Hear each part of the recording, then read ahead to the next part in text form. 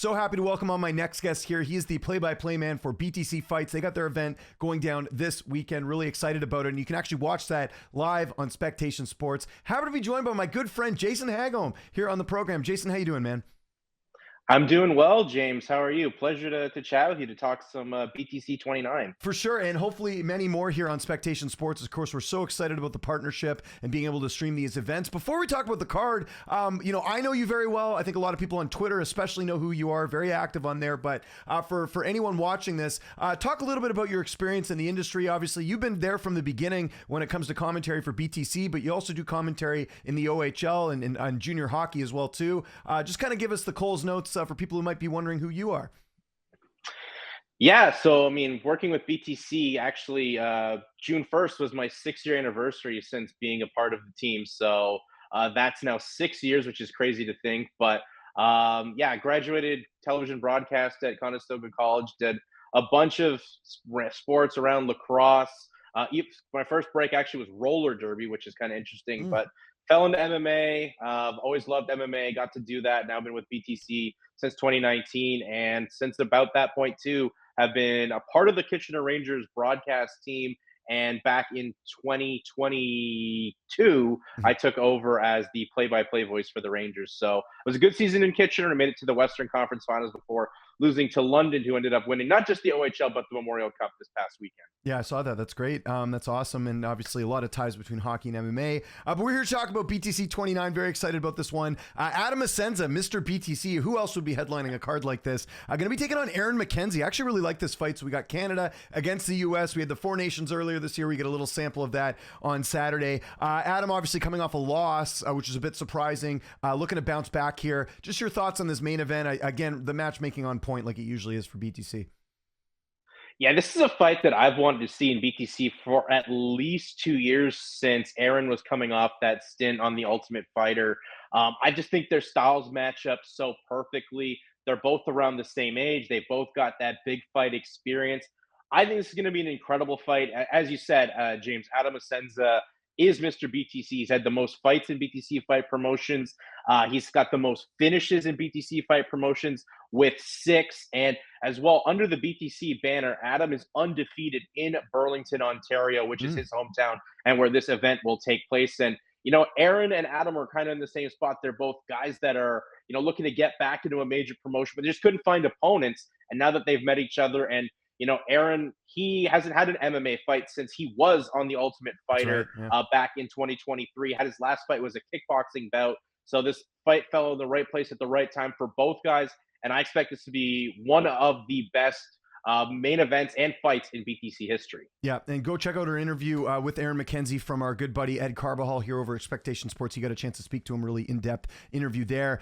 Is this kind of do or die for Adam? And the reason I mentioned that, you mentioned the undefeated record. Adam's a little bit older, right? And I know there still is some aspirations to make it to the big show, but I mean, how big would a win be just to kind of get it back on track? And how brutal would a loss be for him, potentially having back-to-back losses?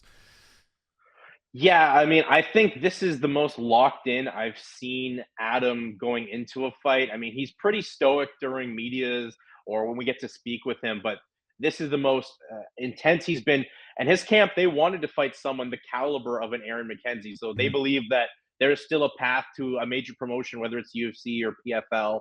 A loss here would probably put the end towards one of those major promotions, and maybe just if Adam wanted to have another big opportunity, it'd be like something like Karate Combat, more so that style. But I think I think I was putting the pressure on himself to get a victory here, keep that momentum going, keep his name out there for UFC, especially with potential short notice opportunities, or to get a maybe last minute contender series opportunity. But Aaron's in that same boat as well. Like, he's looking to get right back on that UFC radar, and a win here over Adam Asenza will definitely do that. Yeah, and you mentioned the layoff. He did have the kickboxing fight, but you're right. He hasn't fought since the Ultimate Fighter. That fight, by the way, was Austin Hubbard, who he fought on the show. We'll see if that layoff does impact him in this fight. But again, great main event here. And similar story here in the co-main event. We've got a Canada versus the U.S. as well. Clayton Pye, hope I'm saying that right, taking on Greg Sizemore. Yep. Don't think there's any relation to Tom here, but a veteran, right? I mean, this is sort of what Clayton needs in his career, fighting a guy who's well-established here with a lot of fights. What can people expect from this tilt in the co-main event? Well, James, I've been saying for a while that I think Clay Pie is the best prospect in all of Canada. Nice. Especially, you don't see a lot of Canadians with the wrestling pedigree that Clay Pie has. Clay was a Olympic trials gold medalist. He's won gold medals when he was wrestling at U Sports with Brock University in St. Catharines. He's a bronze and silver medalist at the Pan Am Games, and he's training at Niagara Top Team, like the perfect gym for him Nice. to begin his MMA journey. But he's not just your stereotypical wrestler transitioning, trying to get the fight to the ground. Clay wants to stand and bang with you. You've seen that in every single one of Clay's fights. He's coming off two back-to-back first-round finishes. His fight that he had, his first fight in BTC back at BTC 22 against Christian Phillips, is one people need to go to their way to see. Just two guys just throwing a lot of crazy strikes, some rock'em sock'em robot styles. But Clay's, if he gets a win here, moves to 5-0. But as you said, James, this is the perfect opponent here for Clay Pie in Greg Sizemore, a veteran of around 20 fights, who's riding a 3-fight win streak and brings a big test to the table here for Clay, where he hasn't met someone with that experience, who's been around many fights in many different promotions out in the United States. First time for Greg to come fight in Canada, and there's nothing more than any fighter wants to do to someone's backyard is to play spoiler, but I think Greg would love that even more.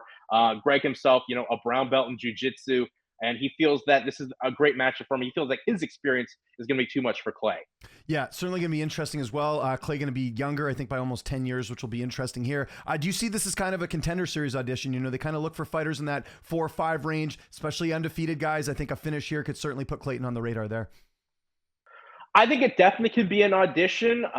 Selfishly, I'd like to see Clay come around to the show we have in September in Niagara Falls, There where you go. that would, potentially could be for a title for him in the long run. But the guys that Clay's been training with at Niagara Top Team, plus he made a trip down to Killcliff FC with Aaron Jeffrey, where he Nice. was getting some good looks in with all the guys at Killcliff and getting, his eyes looked on by Henry Hoof and Robbie Lawler. So he's on that verge, definitely, James. 5-0. 5-0 is in that sweet number where the UFC's looking at for guys. Yeah, we need more Canadians. I mean, again, I don't know Yeah. what's going on here. I feel like they've been slacking the last couple years. I know we had a couple last season join the herd, but it would be good to see a little bit of variety in there as well. Anything else on this card kind of stand out, whether it's a fight or a fighter? Obviously, you're kind of studying this top to bottom. You will be on the call this weekend, but anything else kind of catch your eye?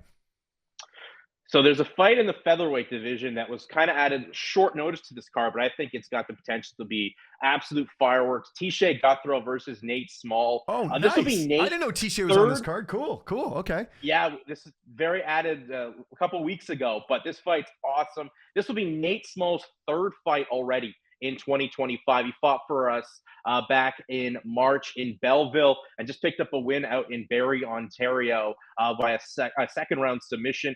Tisha is just such an exciting fighter. Another guy from Niagara Top Team, but Tisha himself knows that this is an opportunity to really reestablish himself. He had some bad luck out in Vancouver in April with BFL, where his whole team got the flu out there and had some fights fall through. Hasn't fought himself too since June of 2023. But Tisha, the vibes I'm getting from Tisha is we're going to see a more violent and more intense Tisha than ever before.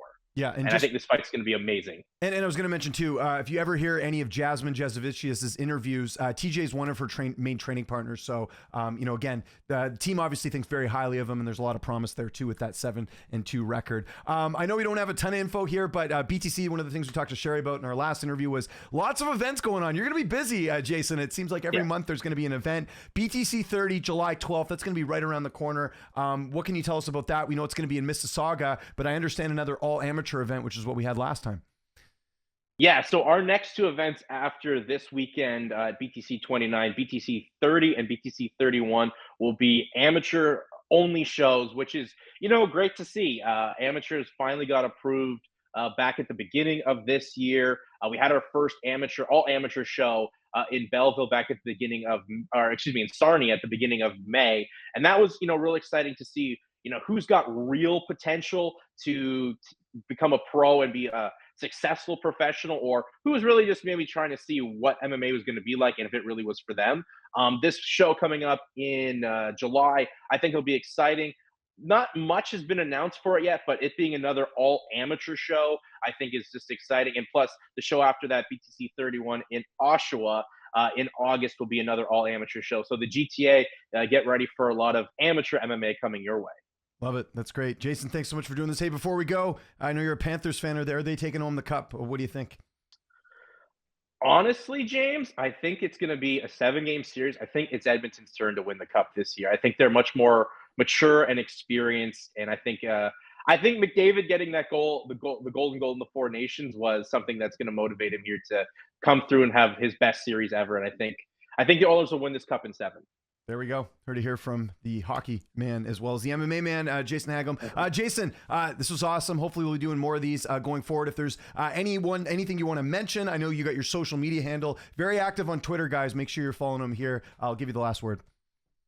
Yeah, thanks so much, James. Thanks for the time. Yeah, definitely make sure you check out BTC 29 this Saturday live on Spectation Sports. And if you're in the Burlington area, try to come on down. It's at the Central Arena. Check it out. As we said, Adam Asenza versus Aaron McKenzie in the main event. Nate Small versus Tisha Guthrie is going to be a banger fight. And Clay Pie in the co-main event against Greg Sizemore. Clay Pie, one of the best prospects in all of Canada. You definitely don't want to miss it. I'm on the call with the gentleman, Josh Hill, one of the greatest Canadian mixed martial arts we've ever had. And if you want to follow me and see what I'm up to on social media, it's on X at jhagholm1 or on Instagram at just jhagholm.